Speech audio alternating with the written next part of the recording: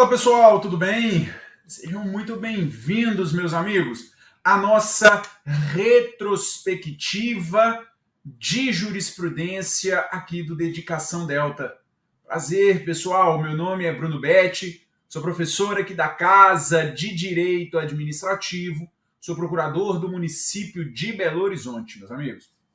E quero me colocar à disposição de você lá no meu Instagram, @BrunoBetCosta, para aquilo que você precisar de tirar dúvidas deste nosso encontro, bem como de qualquer outro ponto do direito administrativo. Vai ser um prazer poder te ajudar.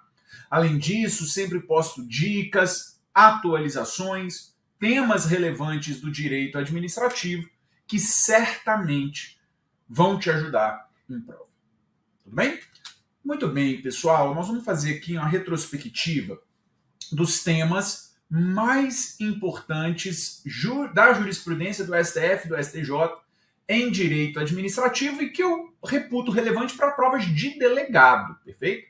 Porque em direito administrativo a gente tem muitos julgados que muitos deles a gente não vai ter um viés ou uma perspectiva de cobrança em prova de delegado. Então nós vamos ter esse corte, perfeito?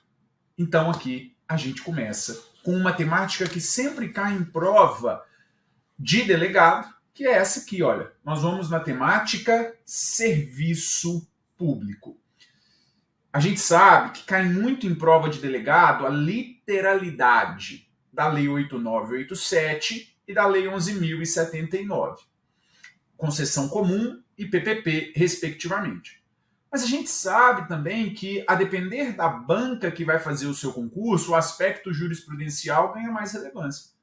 E aí o julgado mais relevante de 2022 sobre serviços públicos é esse que eu trago para você, olha.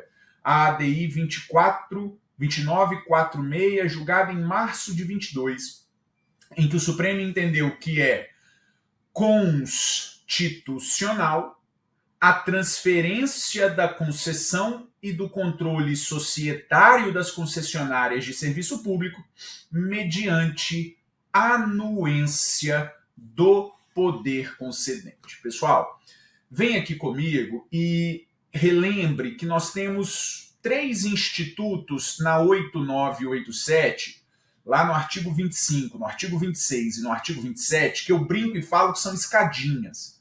Nós temos a chamada subcontratação, em que a concessionária contrata com terceiros qualquer coisa que não seja o serviço público, contrata serviços acessórios, auxiliares, complementares.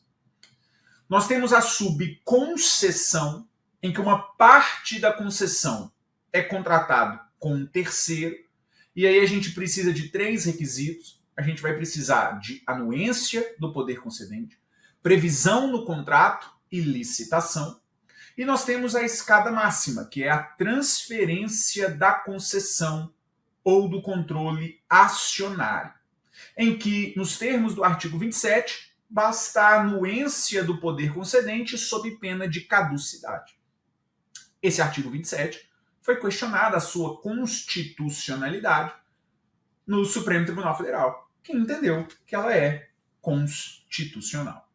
Porque o Supremo disse, e aqui é um ponto relevante, que mesmo com a transferência, a base objetiva do contrato continua intacta. Permanecem o mesmo objeto contratual, as mesmas obrigações contratuais e a mesma equação econômico-financeira. O que ocorre é apenas a modificação subjetiva, seja pela substituição do contratado, seja em razão de sua reorganização empresarial. Ou seja, o STF vira e fala o seguinte: não importa quem vai executar o serviço no frigir dos ovos, o que importa é que o serviço seja executado nos moldes em que se licitou originalmente, com uma empresa primeira. Porque, permanecendo as mesmas obrigações, o mesmo objeto, os mesmos direitos e deveres, pouco importa quem executa, desde que executa. Perfeito? Muito bem. Outro julgado que trago para você, pessoal, tá aqui, ó, o recurso extraordinário 10.59819, que de acordo com o STF afronta o princípio da separação dos poderes, a anulação judicial de cláusula de contrato de concessão firmado por agência reguladora e prestadora de serviço de telefonia, em observância aos marcos regulatórios estabelecidos pelo legislador, autoriza a incidência de reajuste de alguns itens tarifários em percentual superior ao índice inflacionário fixado, quando este não é superado pela média ponderada de todos os itens. Então, a decisão judicial, né, a anulação judicial desta cláusula de contrato, afronta o princípio da separação dos poderes. Uma prova, um estilo de questão de banca pode ser a literalidade, falando que não afronta, que é lícita a decisão, e aí vai estar errado. Outro tipo de questão é colocar que afronta e vai estar certo. Outro tipo de questão que pode cair aí é um caso concreto, né? Nós tivemos alguns exemplos de provas de delegado no ano de 2022, como, por exemplo, a recente prova de delegado de Goiás, em que nós tivemos uma prova muito difícil em direito administrativo, até com casos concretos, que seria uma possibilidade de cobrança nesse sentido, em que a questão traz para você que houve entre a agência reguladora e a concessionária a celebração de um contrato, e houve uma decisão judicial anulando. E aí pergunta se a anulação é válida ou não. Essa anulação judicial não é válida. Afronta o princípio da separação dos poderes.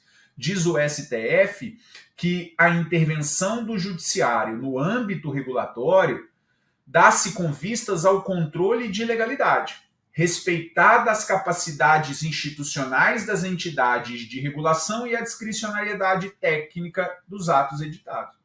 Motivo pelo qual interferir em ato autorizado pela Anatel que não excedeu os limites conferidos pelo legislador é afronta ao princípio da separação dos poderes.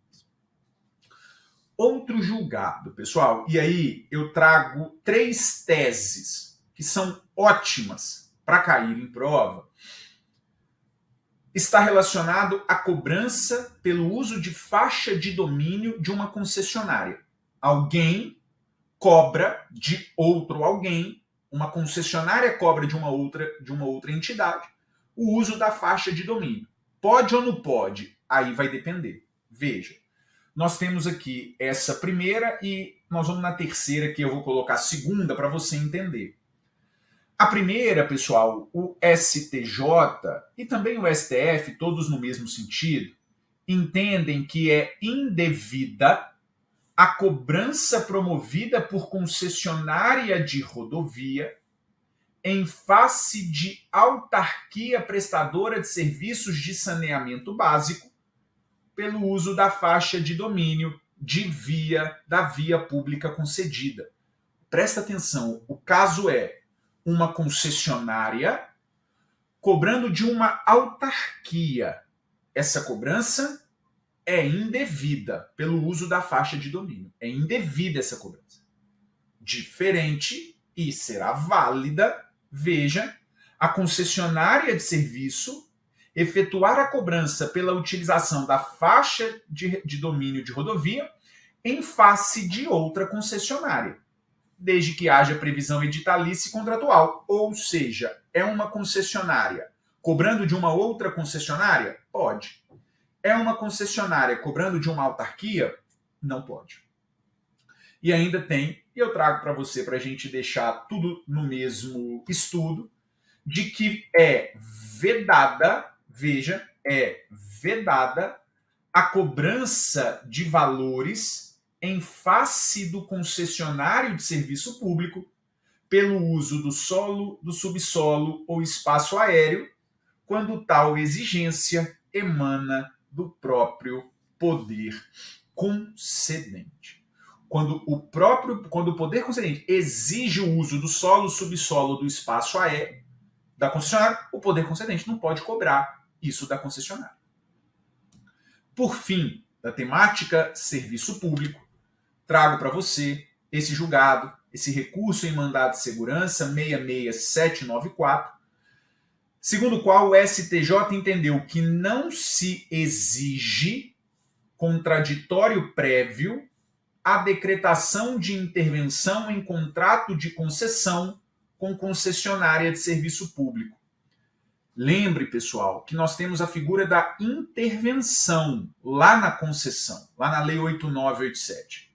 Quando a concessionária não cumpre corretamente o contrato, o poder concedente vai poder intervir na concessionária, na concessão.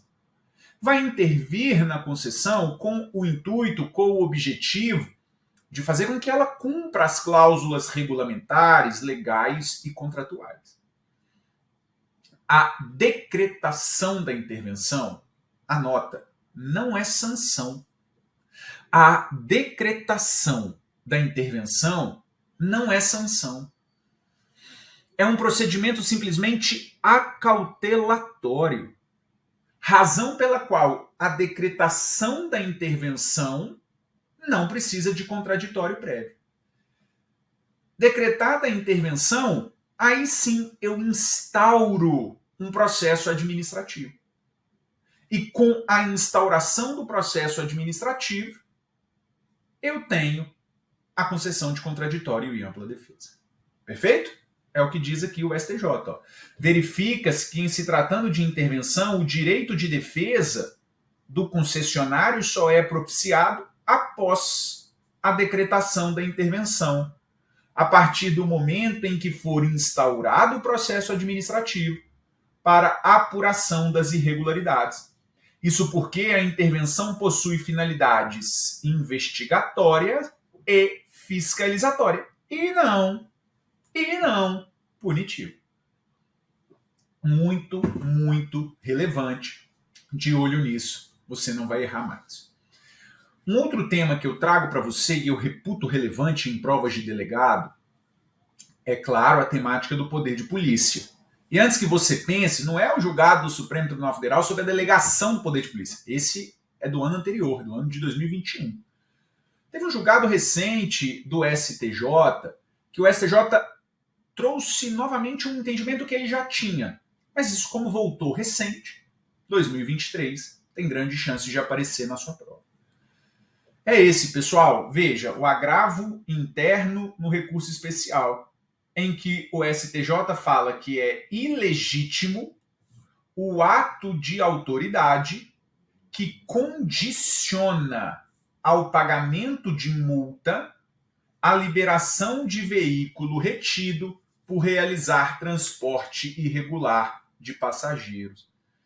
Eu não posso condicionar a liberação de um veículo retido por um transporte irregular de passageiros ao pagamento de multa. É ilegítimo condicionar. Perfeito? Muito bem. Agora, pessoal, neste momento em que você já aqueceu aqui comigo, eu trago agora para você o ponto mais relevante deste nosso encontro. Se eu falasse só isso nesse nosso encontro, eu já estaria como satisfeito. Qual é o tema que eu trago para você? É a temática, tá aí, da improbidade administrativa. Por que isso é relevante? Porque o Supremo Tribunal Federal teve 2 julgados relevantíssimos acerca da Lei 14.230. O primeiro deles é o agravo em recurso extraordinário 843989, que em sede de repercussão geral, o Supremo Tribunal Federal fixou 4 itens de repercussão geral. Quais são os itens sobre a retroatividade ou não da Lei 14.230? O primeiro item, o Supremo fala o óbvio. O Supremo diz o seguinte: é necessária a comprovação de responsabilidade subjetiva para tipificação dos atos de improbidade, exigindo-se nos artigos 9º, 10 e 11 a presença do elemento subjetivo dolo. O Supremo disse que agora precisa do dolo para o ato de improbidade. E como a gente sabe, não é qualquer dolo. É o dolo específico. Aquele com o fim específico de alcançar o resultado pretendido. Ok. O Supremo está confirmando o que a lei diz, que não há mais a modalidade culposa por ato de improbidade. Apenas agora a modalidade dolosa. Então quer dizer, olha só, cuidado, que o sujeito que pratica um ato culposo, ele não responde mais por esse ato? Não.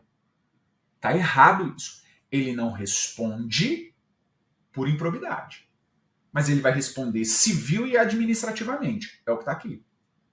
Nada obstante, com o advento da nova lei, o agente público que culposamente causar dano ao erário, embora não mais responda por ato de improbidade, poderá responder civil e administrativamente pelo ato ilícito. Olha aí. Embora o sujeito não responda mais por improbidade, por ato culposo, se culposamente ele causar dano ao erário, porque era o que se permitia na modalidade culposa, embora ele não responda mais por improbidade, ele vai responder de maneira civil e de maneira administrativa. Isso é muito, muito, muito relevante. Perfeito? A segunda tese, o segundo item da tese, está relacionado à retroatividade ou não da revogação da modalidade culposa. Item 2 e item 3. Olha lá, item 2. A norma benéfica da Lei 14.230, ou seja, a revogação da modalidade culposa, é irretroativa, não tendo incidência em relação à eficácia da coisa julgada, nem tampouco durante o processo de execução das penas e de seus incidentes. Pessoal, o que o Supremo está dizendo é o seguinte: se no momento que a Lei 14.230 entrou em vigor, ou seja, dia 26 de outubro de 2021, anote isso inclusive, é o momento que ela entra em vigor, 26/10/2021. Este é o marco da entrada em vigor da Lei 14.230. Se até o dia 25, que é o dia anterior à entrada em vigor dela, houve trânsito em julgado de ato culposo, o sujeito vai responder pelo ato culposo. Porque a revogação da modalidade culposa é irretroativa em relação à coisa julgada ou a processo de execução.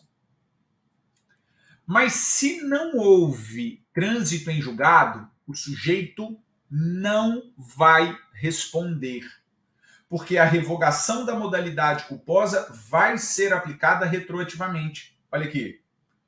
A nova lei, a 14.230, se aplica a atos de improbidade culposos, praticados na vigência de texto anterior, porém, sem condenação transitada em julgado, em virtude da revogação expressa do tipo culposo, devendo o juiz analisar eventual dolo por parte do agente. Ou seja, pessoal, o que o Supremo está dizendo é o seguinte: se na data da publicação da lei, dia 26, não houve trânsito em julgado, o sujeito não vai responder pelo ato culposo. Só se tiver tido trânsito em julgado, aí ele responde, porque aí retroativa a revogação para a coisa julgada. Mas se não houve trânsito em julgado, aplica retroativamente e o sujeito não responderá.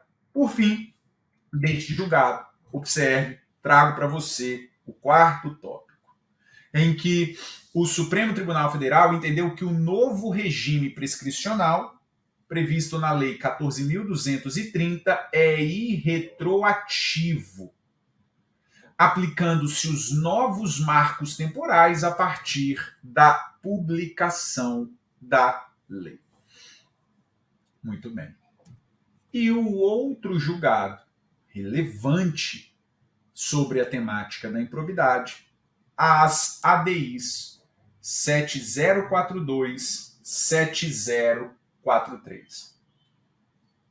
Em que o Supremo, de fato, teve dois tópicos das ADIs muito relevantes. Principalmente o primeiro. Porque a lei, originalmente, na verdade, com a 14.230, estabelecia que a legitimidade para a propositura da ação de improbidade era só do MP, que a Fazenda não teria mais legitimidade. O Supremo afastou isso. Só que preste atenção que o Supremo declarou a inconstitucionalidade parcial, só que sem redução de texto dos dispositivos. Isso é importante, tá? Porque a banca pode falar que foi com redução de texto. Não foi, foi sem redução de texto. De modo a restabelecer a legitimidade ativa concorrente e disjuntiva entre o MP e as pessoas jurídicas interessadas para a propositura da ação de improbidade e para a celebração de acordos de não persecução civil. Então, olha só. A Fazenda Pública tem legitimidade ativa para tanto ajuizar a ação de improbidade quanto para celebrar o acordo de não persecução civil. E não mais apenas o MP. Um outro item destes dois julgados, o Supremo declarou a inconstitucionalidade parcial, só que aqui observe, com redução de texto, no sentido de que não existe obrigatoriedade de defesa judicial, havendo, porém, possibilidade dos órgãos da advocacia pública autorizarem a realização dessa representação judicial por parte da assessoria jurídica, que emitiu o parecer atestando a legalidade prévia, pessoal. A Lei 8429, com a redação dada pela 14.230, estabelecia que as procuradorias eram obrigadas a fazer a defesa judicial das autoridades que respondessem por atos de improbidade com base no parecer jurídico emitido pela Procuradoria. O Supremo olhou para isso e falou: que história é essa? Obrigatório, cara pálida? Obrigatório não. É possível, e quem vai dizer isso é o próprio órgão de Procuradoria. Nem tão relevante essa segunda parte do julgado, mas a primeira, muito relevante para provas de delegado. Bom, meus amigos, a gente vai mudar a temática e agora a gente passa para a temática dos agentes públicos, em que nós temos vários julgados no STF e no STJ, e eu selecionei alguns que eu reputo relevante para nós. Primeiro dessa temática, eu trago essa ADPF.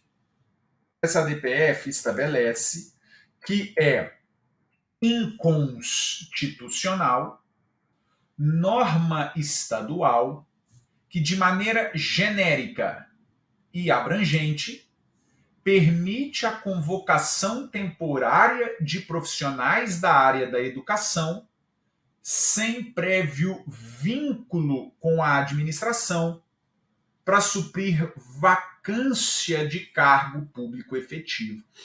O que o Supremo declarou inconstitucional são as leis estaduais ou municipais ou até mesmo federais. Só que aqui está falando norma estadual porque foi o que o Supremo julgou. Mas leis de contratos temporários que tragam previsões, casos genéricos e abrangentes são inconstitucionais essas leis. Os casos precisam ser casos específicos, determinados, e não abrangente e genérico. Muito bem. Este julgado que eu vou trazer para você é o mais relevante da temática de agentes públicos aqui agora. Porque nós podemos ter isso explorado em prova objetiva, em prova discursiva, em prova oral. Este julgado aqui, olha lá, vamos ver. É o recurso especial 1878-849, em que o Superior Tribunal de Justiça entendeu que é ilegal o ato de não concessão de progressão funcional de servidor quando atendidos os requisitos legais, a despeito de superados os limites orçamentários previstos na LRF, referente a gastos com pessoal do ente público, tendo em vista que a progressão é direito subjetivo do servidor, decorrente de determinação legal, estando compreendida na exceção prevista no inciso 1 do parágrafo único do artigo 22 da LRF. Presta atenção. O artigo 22, inciso 1, veda concessão de aumento, gastos, progressão, aumentos de remuneração, ajustes de remuneração, quando o ente federado atinge o chamado limite prudencial. Quando ele atinge um valor estabelecido na LRF, acima disso ele não pode fazer essas situações. Só que o STJ, presta atenção, entendeu que progressão funcional consiste em determinação legal. Progressão funcional consiste em determinação legal. E o que isso quer dizer? Quer dizer que a lei dá o direito ao servidor de ter a progressão funcional quando cumpridos os requisitos. E se é determinação legal, a própria LRF excepciona casos em que a lei determina algo como possível de ser feito quando atinge o limite prudencial. Para ficar mais claro ainda, olha lá, a própria LRF, ao vedar no artigo 22, parágrafo único, inciso 1, a concessão de vantagem, aumento, reajuste ou adequação de remuneração a qualquer título, ressalva os direitos derivados de sentença judicial, determinação legal ou contratual. No caso, a progressão funcional é determinação legal e, portanto, é exceção expressa prevista no dispositivo. Pessoal, presta atenção que, de acordo com o STJ, a progressão funcional é ato vinculado. A progressão funcional é ato vinculado e ato simples.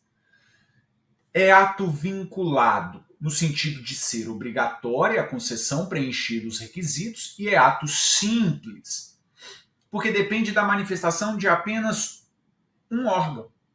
Manifestação de vontade de apenas um órgão, é um ato simples. Não é ato complexo, é ato simples. Isso é muito relevante, pessoal. Estou falando, isso vai cair em prova. Muito bem. Vamos lá. Outro que eu reputo relevante, que eu trago aqui para você, é essa ADI, em que o Supremo entendeu que é inconstitucional lei estadual que isenta servidores de taxa de inscrição em concurso promovido pela administração local, privilegiando, sem justificativa razoável para tanto, um grupo mais favorecido social e economicamente. O STF fala, o concurso público é um procedimento que visa assegurar isonomia e impessoalidade.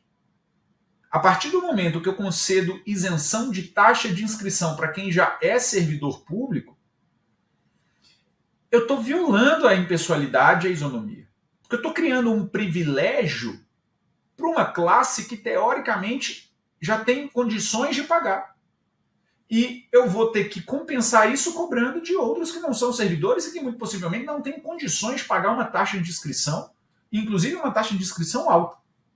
Então o Supremo falou, isso é inconstitucional. Isenção de taxa de inscrição de concurso para servidor. Perfeito? Muito bem. Outro ponto que eu trago para a gente, que é inconstitucional, ato normativo que, ao disciplinar a licença maternidade no âmbito das Forças Armadas, estabelece prazos distintos de afastamento com fundamento na diferenciação entre a maternidade biológica e a adotiva, bem como em função da idade da criança adotada. Isso não é um julgado, não é um entendimento novo. O julgado é desse ano, 2022. Mas isso não é um entendimento novo do STF, que já tinha esse entendimento no âmbito privado e também no âmbito de regime estatutário de servidor civil. E agora trouxe para o regime militar das Forças Armadas. Outro julgado que eu trago aqui para nós, esse recurso extraordinário, 964659, em que o Supremo estabelece que é defeso, ou seja, é vedado, o pagamento de remuneração em valor inferior ao salário mínimo a servidor, ainda que labore em jornada reduzida de trabalho. O fato do sujeito trabalhar numa jornada reduzida de trabalho não legitima o pagamento de remuneração inferior ao salário mínimo. Em outras palavras, é inconstitucional remunerar servidor, mesmo que exerça jornada de trabalho reduzido, em patamar inferior a um salário. Muito bem. Trago para você um outro julgado. Esse o Supremo também não inovou, ele simplesmente aplica entendimento de súmula vinculante, mas como ele trouxe isso recentemente, eu trago para você, que é o enunciado da súmula vinculante 42, em que o Supremo, na ADI 5584, reafirmou que é inconstitucional a vinculação de reajuste de vencimentos de servidores estaduais ou municipais a índices federais de correção monetária. A tesezinha fixada nesta ADI é o mesmo enunciado 42 de súmula vinculante. Perfeito? Outro, pessoal, esse julgado também é bom para cair em prova, principalmente provas que gostam, bancas que gostam de casos concretos, tá? Como o FGV, por exemplo, isso é um bom julgado. Olha o que diz o Supremo Tribunal Federal na ADI 4857. O Supremo entendeu que são constitucionais o compartilhamento mediante convênio com estados, DF ou municípios, da execução de atividades e serviços públicos federais essenciais e a adoção de procedimentos simplificados para a garantia de sua continuidade em situações de greve, paralisação ou operação de retardamento promovidas por servidores públicos federais. É exatamente isso. O Supremo está legitimando o compartilhamento mediante convênio da execução de atividades de serviços públicos federais essenciais com estados e municípios. Quando, por razões de greve, retardamento de servidor, esse serviço pode ficar paralisado. O Supremo entende que nessa hipótese não se criam cargos, nem se autoriza a contratação temporária. Tampouco delegam-se atribuições de servidores federais a estaduais. E também não se autoriza a investidura de cargo federal sem a prévia aprovação em concurso. O que se tem é o compartilhamento da execução da atividade ou serviço para garantia da continuidade do serviço público em situações excepcionais ou temporárias, motivo pelo qual a medida será encerrada ao término daquelas circunstâncias, da greve, da paralisação ou do retardamento de servidores federais. Isso é bom para cair, hein? Muito bom para cair. Pois muito bem. Outro que trago para você, ADI 3855, em que o Supremo Tribunal Federal estabeleceu que a instituição de subtetos remuneratórios, com previsão de limites distintos para as entidades políticas, bem como para os poderes, no âmbito dos estados e do DF, não ofende o princípio da isonomia. Se em estados nós temos subtetos diferentes entre os estados ou entre os próprios poderes dos estados, isso não ofende a Constituição. Porque cada ente federado tem uma realidade financeira orçamentária. Eu não posso impor igual a todos porque a realidade de cada um é diferente. Perfeito? Outro ponto, outro julgado, e isso vai ao encontro de julgados que o Supremo Tribunal Federal tem sobre questões de pagamentos vitalícios para políticos que têm mandatos temporários. O Supremo tem o entendimento de que esses pagamentos vitalícios, aqueles que têm mandatos que são temporários, isso é inconstitucional, isso não é viável. E o Supremo este ano, na DPF 764, entendeu que a concessão de pensão vitalícia à viúva, à companheira e a dependentes de prefeito, vice-prefeito e vereador, falecidos no exercício do mandato, não é compatível com a Constituição. Os cargos políticos do Legislativo e do Executivo Municipal têm caráter temporário e transitório, motivo pelo qual não se justifica a concessão de qualquer benefício a ex-ocupante do cargo de forma permanente, sob afronta aos princípios da impessoalidade, da moralidade e da responsabilidade com gastos públicos. Desrespeita-se o princípio republicano e o princípio da igualdade, a outorga de tratamento diferenciado a determinado indivíduo, sem que esteja presente o fator de diferenciação que justificou sua concessão na origem. Então, grave o seguinte: não é possível concessão de benefícios vitalícios para dependentes, para os próprios prefeitos, que quando deixam de ser prefeitos, para esposas, companheiros, de servidores que são em caráter, de políticos que têm mandato em caráter temporário. Caráter temporário e transitório. Eu não posso conceder um benefício que é eterno. De olho nisso, isso volta e meia aparece.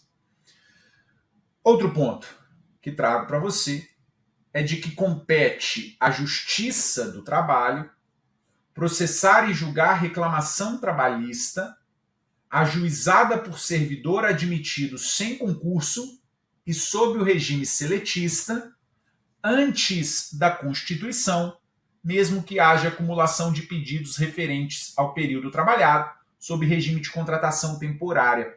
Cá entre nós, esse julgado não tem grande relevância para provas de delegado, mas foi um julgado recente do STJ em conflito de competência, que eu trago para você. É melhor você saber o mais do que não saber, né? Então, eu trago, mas honestamente acho pouco relevante. O próximo eu acho relevantíssimo. Olha o que diz aqui.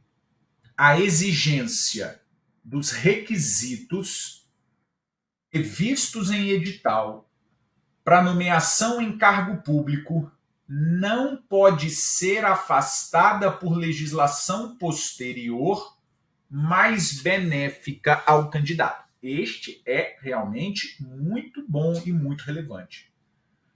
Exigência de requisitos previstos em edital para nomeação em cargo público não pode ser afastada por legislação posterior. Veja, pessoal, ainda que seja mais benéfica ao candidato. O que é o caso? Havia a lei e foi publicado o edital do concurso. E a lei exigia requisitos maiores do que a lei que vem posteriormente, altera a lei anterior e nós temos um edital em curso. Para ficar mais claro, eu tenho uma lei que exige o requisito X. Foi publicado um edital, o concurso está em andamento. No meio desse concurso em andamento vem uma nova lei e fala: o requisito agora é mais baixo, é um requisito menos exigente. Eu não aplico essa lei retroativamente. Eu vou aplicar essa lei apenas para os concursos que forem publicados posteriormente, mesmo essa lei trazendo requisitos mais benéficos. Olha o caso. A Secretaria Estadual lançou o edital para abertura de concurso destinado ao provimento de cargo que tinha seus requisitos disciplinados por lei estadual, exigindo bacharelado superior em qualquer curso de nível devidamente complementado com especialização em administração ou gestão pública. Sobreveio uma lei estadual e passou a exigir meramente graduação em geral, suplementada por curso de especialização em administração ou gestão pública. Ainda que seja mais benéfico ao candidato porque os requisitos são menores, não se aplica retroativamente. Para fecharmos a temática de agentes públicos e passarmos para a temática da responsabilidade civil do Estado, trago para você o recurso em mandado de segurança 54717, segundo o qual o oferecimento de denúncia criminal por autoridade que, em razão de suas atribuições legais, seja obrigado a fazê-lo, não a inabilita, só por isso, a desempenhar suas funções como autoridade julgadora no processo administrativo. Veja, o sujeito precisou oferecer a denúncia criminal, porque ele tem atribuição legal para isso. Isso, por si só, não o inabilita a desempenhar suas funções como autoridade julgadora em processo administrativo. Perfeito? Pessoal, então, fecho com você a temática dos agentes públicos, entro agora na temática relevantíssima para a prova de delegado, a temática da responsabilidade civil do Estado, em que eu trago para você alguns julgados que são muito relevantes. O primeiro deles tem este entendimento. Olha, é o recurso extraordinário 1209429. De acordo com o STF, veja, é objetiva a responsabilidade civil do Estado em relação a profissional da imprensa ferido por agentes policiais durante cobertura jornalística, em manifestações que haja tumulto ou conflitos entre policiais e manifestantes. Então o Supremo está dizendo o seguinte: se há uma manifestação, acaba tendo uma confusão policial, dá uma cacetada no jornalista, o Estado tem responsabilidade, essa responsabilidade é objetiva. Só que o Supremo falou, isso não é absoluto, não é sempre. O Supremo disse, observe, que cabe a excludente da responsabilidade, culpa exclusiva da vítima. Nas hipóteses em que o profissional de imprensa descumpre de maneira ostensiva e clara a advertência sobre acesso a áreas delimitadas em que haja grave risco à sua integridade física. Então, o policial falou, não passe daqui. Ele passa. E no meio da manifestação acaba levando um cacetete. O Estado não tem responsabilidade. É culpa exclusiva da vítima. Do julgado de responsabilidade civil do Estado, o mais relevante que trago para você é esse aqui agora. É o RESP 1708325, em que o STJ entendeu que hospital que deixa de fornecer o mínimo serviço de segurança, contribuindo de forma determinante e específica para homicídio praticado em suas dependências, responde objetivamente pela conduta omissiva. O STJ está dizendo que o Estado terá responsabilidade objetiva por morte de pessoa ocasionado por um terceiro dentro de hospital. E essa responsabilidade é objetiva. De acordo com o STJ, há uma falha no dever legal e específico de agir. Há uma falha no dever legal e específico de agir. E por isso a responsabilidade será objetiva. Para fecharmos, trago para você esse julgado, de que, reconhecida a responsabilidade estatal por acidente com evento morte em rodovia, é devida a indenização por danos materiais aos filhos menores e ao cônjuge do de cujos. Perfeito? Trata-se de responsabilidade do Estado e também uma responsabilidade objetiva. Pessoal, caminhando para o fim do nosso encontro, eu trago essa temática para você, da intervenção do Estado na propriedade, em que eu trago a ADI 3454, que estabelece que a requisição administrativa para atendimento de necessidades coletivas, urgentes e transitórias, decorrentes de situações de perigo iminente, de calamidade pública ou de irrupção de endemias prevista na lei do SUS, não recai sobre bens ou serviços públicos de outro ente federativo. O Supremo tem alguns julgados sobre isso e são muito relevantes, caem muito em prova. A requisição administrativa, se nós pegarmos o artigo 5º, inciso 25 da Constituição, vai dizer que a requisição recai sobre a propriedade privada, sobre bens privados.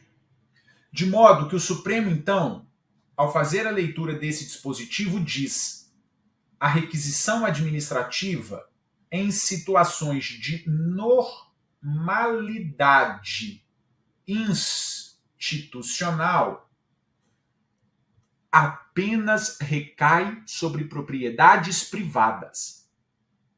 A requisição administrativa, durante situações de normalidade, recai apenas sobre propriedades privadas. Não pode recair sobre bens públicos, sobre a propriedade de entes federados.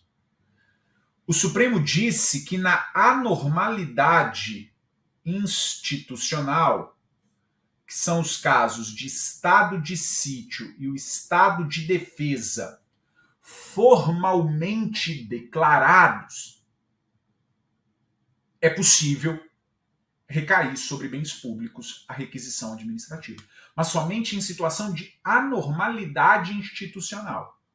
Nos casos de estado de sítio ou estado de defesa formalmente declarados. Por isso, esse julgado.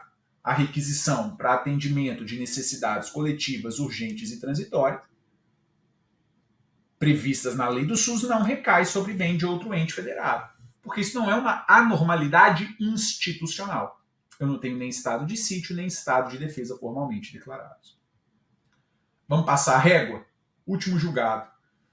O recurso especial 1577047, em que o Superior Tribunal de Justiça entendeu que há violação aos limites das matérias que podem ser discutidas em ação de desapropriação direta, quando se admite o debate e até mesmo indenização de área diferente da verdadeiramente expropriada, ainda que vizinha.